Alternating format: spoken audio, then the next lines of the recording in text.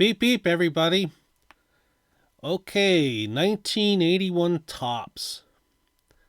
And I unfortunately only have one pack of these to open. I found this on eBay at a buy it now, believe it or not, for about 10 bucks. These usually go for, I'd say, 20 on up to over $40 a pack now. And I'm not sure why these are going up so high. I guess maybe there's less and less of them than there were back in the day. I mean, these are 41 years old now. Um, and I guess people have been trying to get their hands on these older packs. I mean, it gets really prohibitively expensive the further back you go into the 70s, where complete wax boxes are in the thousands and thousands of dollars. I saw some videos on YouTube from the National where I think the 77 set was over $6,000 or close to it, somewhere in that price range. And I know 1980 is even several thousand. And 1981, I think you can get the entire wax box for under 1,000. But I'm sure there are some people selling it out there for more than that. And I don't know what the interest is in the 81 set, because it doesn't have like any. It doesn't have like a Ricky Henderson or an Ozzie Smith or a Mike Schmidt or players of those caliber. I mean, it does have Tim Raines and Harold Baines rookie cards in it. Um, but both eBay and Beckett values for those are still rather affordable. I think the Fernando Valenzuela rookie may be more than the Raines rookie, although Valenzuela isn't in the Hall of Fame.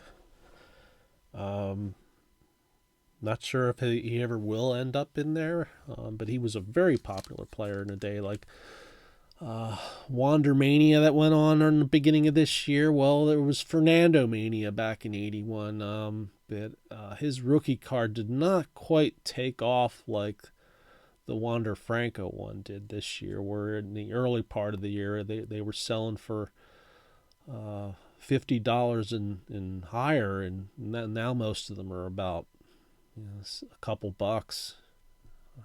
But the Valenzuela rookie, I don't remember ever really taking off back in '81 like that. It may have reached $10 at one point. It's worth more than that now, but let's get them to open this and quit yapping away, because I've already gone 3 minutes just yapping away. I'm going to try to preserve the wrapper. People are selling these wrappers on eBay.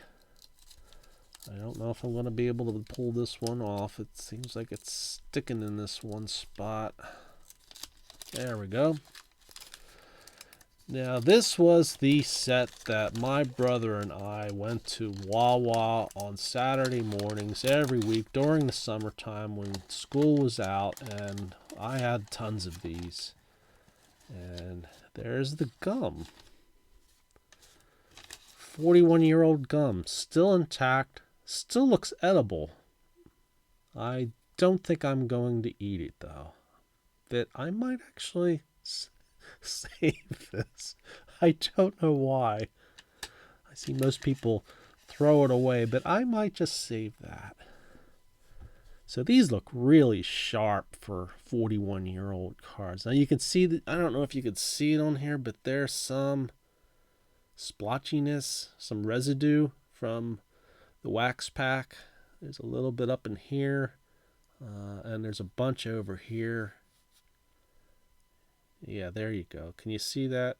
I know you can't answer me, but I'm going to ask you the question anyway. So we start off with Rich Hebner. And this is what the backs of them look like. Instead of the white card stock that Fleer and Donruss were doing in '81, Topps was still doing it the traditional gray card stock, which was a little more flexible. And they tended to print it like this. Some years these numbers were harder to read. They had to have, unlike Donruss and Fleer that only put up statistics like for 5 years or a couple years or whatever, because I didn't really have Donruss Fleer cards all through the 80s. I only collected them in 81 and 83, and in previous video I just opened up some 82s. Fleer did, I think, print all the statistics. When you had a player that was playing for 24 years, they had to shrink the print, and it was difficult to read. So Rich Hebner's our first card. Ramon Aviles was a utility player for the Phillies for a couple of years. I think I remember he was usually late season call up, and they usually used him as a backup in the infield. And at this point, he had been playing in the minors since 1970, and he first showed up in the Red Sox in 77 for one game, and then 79 and 80 with the Phillies.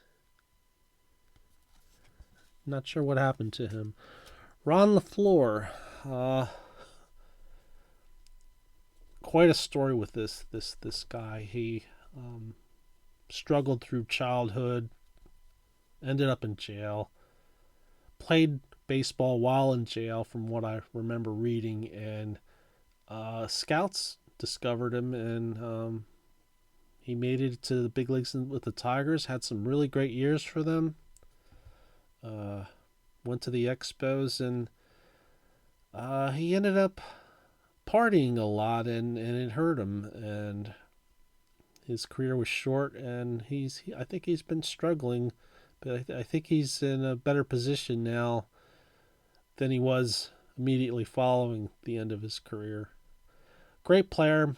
Wish he could have got his act together. He could have really put together a really good career. Bruce Benedict. Rob Piccolo. Roy Howe. Ray Knight. John Castino. And there's something in here. Oh, I remember these. Scratch it off to win a Jim Rice model glove when you hit a home run, a Wilson bat when you hit a triple, a Wilson Professional League baseball when you hit a double, and the Topps baseball book when you hit a single. I don't remember if I ever scratched these off. I have a feeling I just threw them out when they were in there, because I was like, well, I'd rather have another card than this. And I